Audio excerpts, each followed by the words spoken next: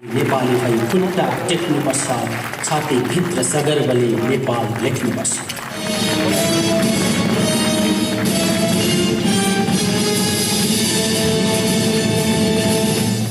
देशलाई शासक होइन सेवक चाहिएको छ। सेवक त्यो हो जसले सपना देख्छ, सपनामै देशको विगत, वर्तमान र आगत खुट्याउँछ अनि सङ्कल्प गर्दछ। राष्ट्र, राष्ट्रियता, राष्ट्रिय अखण्डता, सार्वभौमिकता, स्वाधीनता र स्वतन्त्रताका लागि हरदम लड्छ, लड्दै अघि बढ्छ। नाम बदनाम देख्दैनौ, आफ्ना पराया चिन्दैनौ। उसले देश देख्छ, जनता देख्छ अनि कसम खान्छ देशकै लागि मर्ने र मर्नु अघि केही गर्ने। अनि बिस्तारै उठ्छ धरहरा, बन्छ रानी पोखरी, बढ्न जान्छ सगरमाथाको उचाइ, छापिन्छ चुच्चे नक्सा, चल्छ पानी जहाज, आउँछ रेल र मेलम्ची। सडक पूर्वाधार, पुल, पुलेसा, सुरुङ मार्ग, हुलाकी राजमार्ग, द्रुतमार्ग, अन्तर्राष्ट्रिय विमानस्थल, पेट्रोलियम पाइपलाइन, विद्युत विस्तार, दरबार हाई स्कुल र स्वास्थ्य चौकीहरू रातारात निर्माण गरिन्छ। महिला, बालबालिका र ज्येष्ठ नागरिकको सुरक्षा, सीमा सुरक्षा, विदेशमा अलपत्र नेपालीको उद्धार, स्वदेशमै रोजगारी सृजना, निःशुल्क खोपको व्यवस्था लगायत तमाम कार्य गर्दै यात्रा अघि बढ्छ। यात्रा यतिमा मात्रै रोकिँदैन। आफ्नो अलग्गै नेपाल स्याटवान नामक भू उपग्रह अन्तरिक्षमा प्रक्षेपण गरी भूमिमा मात्र नभई ब्रह्माण्डमा समेत आफ्नो उपस्थिति जनाई विश्व जगतमा आधुनिक नेपालको पहिचान स्थापित भएको छ। आउँछन् अनेकौं चुनौती, डटेर सामना गर्ने सामर्थ्य राख्दछ। पार्टीलाई एक ठिक्का राख्न लड्छ र सङ्कल्प पुरा गर्दछ।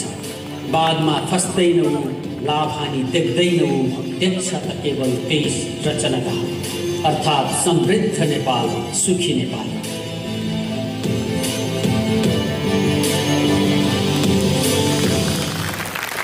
धन्यवाद। जीवनमा सुरु गरिएको नौलो अभ्यास विगतमा पार्टीको सर्वोच्च संस्था राष्ट्रिय महाधिवेशनबाट नीति विधि र नेतृत्व निर्माण हुँदै आएको थियो। विधि र नीति निर्माणको विषय नेतृत्व चयनको राप र चापबाट मुक्त रहन सकोस् र यस सम्बन्धी बहस एवं निष्कर्ष वस्तुगत, सन्तुलित, सृजनात्मक बन्न सकुन् भन्ने उद्देश्यले यस खालको विशेष प्रबन्ध गरिएको। पहिलोपल्ट आयोजित विधान महाधिवेशनलाई सार्थक र परिणाममुखी बनाउन कमरेडहरूले रचनात्मक योगदान पुर्याउनु हुनेछ भन्ने मैले विश्वास लिएको छु।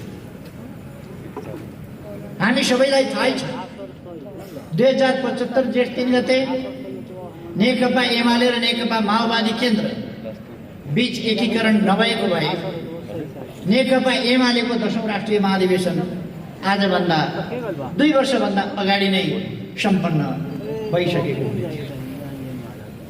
एकीकरण पछिका झन्डै 3 वर्ष हामी नेपाल कम्युनिस्ट पार्टी नेकपाकै रूपमा क्रियाशील रह्यौं। एकातिर सीमित व्यक्तिका निहित स्वार्थ र षड्यन्त्रका कारण एकीकरण निष्कर्षमा नपुग्नु र अर्कातिर सर्वोच्च अदालतको 2077 साल फागुन 23 गतेको फैसलाले दुवै पार्टीलाई एकीकरण पूर्वको अवस्थामा फर्काएपछि आज हामी नेकपा एमालेका रूपमा क्रियाशील रहेका छौँ। तर यो नेकपा एमाले राजनीतिक रूपमा एकीकरण र नेकपाको निरन्तरता सहितको तथा त्यसकै सकारात्मक विरासत बोकेको पार्टी हो। यो एमाले एकीकृत पार्टी हो। तसर्थ यो महाधिवेशन एकीकृत पार्टीको प्रथम विधान महाधिवेशन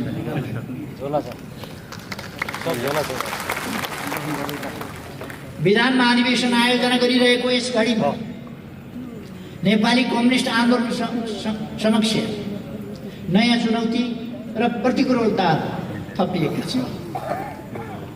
विशाल सम्भावना सहित भएको पार्टी एकीकरण भङ्ग भएको छ, सुरु भएका छन्। संविधान, लोकतन्त्र, स्थिरता र एकता समृद्धिको अभियान एवं राष्ट्रिय हितमाथि आक्रमण बढेको छ र मुलुकको भविष्य जोखिममा परेको छ। हाम्रा सामु दक्षिणपन्थी अवसरवाद र संगठनात्मक अराजकतालाई परास्त गर्दै नेपाली कम्युनिस्ट आन्दोलनलाई सही दिशामा अघि बढाउने दायित्व छ। जनताको बहुदलीय जनवादको मार्गदर्शनमा समाजवादका आधार निर्माण गर्ने अभिभारा छ। अभिभाराहरू पूरा गर्ने हाम्रो यात्रामा खडा भएका माथि उल्लेखित चुनौतीहरूको सामना गर्नु र तिनलाई पराजित गर्नु पर्नेछ।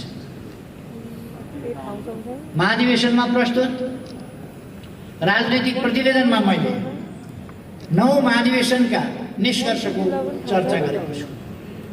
पार्टी एकीकरण, पार्टीको आन्तरिक जीवनमा देखा परेको प्रवृत्ति तथा समस्याहरूलाई उल्लेख गरेको छु। यस अवधिमा सम्पादित कामको संक्षिप्त समीक्षा सहित वर्तमान राष्ट्रिय भूराजनीतिक परिस्थितिका मुख्य प्रवृत्तिको विश्लेषण गरेको छु। पार्टीका सिद्धान्त, नीति र कार्यक्रमको अध्यावधिक पुनरावलोकन, परिवर्तित सन्दर्भमा पार्टी निर्माण तथा हाम्रा आगामी कार्यभार जस्ता विषयमा केही प्रस्तावहरू प्रस्तुत गरेको छु। कमरेडहरू, 2071 साउन 1 गते मेरो नेतृत्वमा 161 सदस्यीय केन्द्रीय कमिटी निर्वाचित भएसँगै नेकपा एमालेको 9 राष्ट्रिय महाधिवेशन सम्पन्न भएको थियो। राजनीतिक प्रतिवेदन, संगठनात्मक प्रस्ताव र विधान सर्वसम्मतिमै पारित भए पनि केन्द्रीय नेतृत्वको निर्वाचन भने निकै जटिल बन्न पुग्यो, जसका कारण एक साताका लागि तय गरिएको महाधिवेशन झन्डै 2 हप्तासम्म लम्बियो। महाधिवेशन पार्टीभित्र कुनै नीतिगत मतभिन्नता भएमा त्यसको समाधान गर्ने थलो हो र हुनुपर्छ। पारित नीतिको मार्गदर्शन र निर्वाचित नेतृत्वको अगुवाईमा पार्टीमा उन्नत स्तरको एकता र ऊर्जा निर्माण गर्ने पार्टीको सर्वोच्च निकाय। तर 9 राष्ट्रिय महाधिवेशन नेतृत्व चयनको क्रममा सिर्जित अस्वस्थता र कटुताका असर महाधिवेशन पछि पनि समाप्त हुन सके। 9 राष्ट्रिय महाधिवेशनले निकालेका निष्कर्षहरू आम रूपमा सही थिए र निर्धारण गरेका कार्यभारहरू हामीले सम्पन्न गरेका छौँ। प्रतिनिधि कमरेडहरू, आजको अन्तर्राष्ट्रिय परिस्थिति र भूराजनीतिका मूलभूत पक्षहरू 9 राष्ट्रिय महाधिवेशन विश्लेषण गरेका जस्तै छ।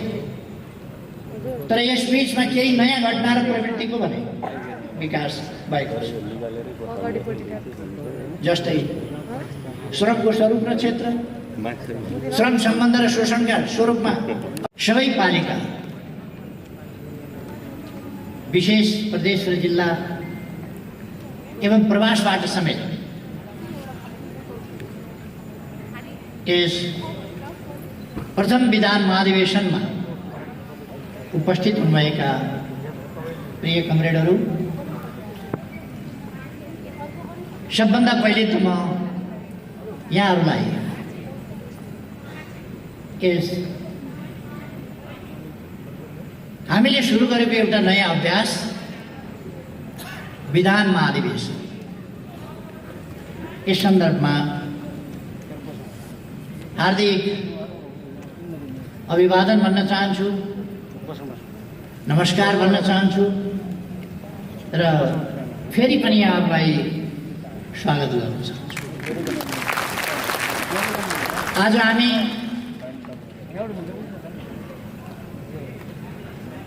फुलचोकीको फेद, मनोरम प्राकृतिक छटा, गोदावरी, बोटानिकल गार्डन,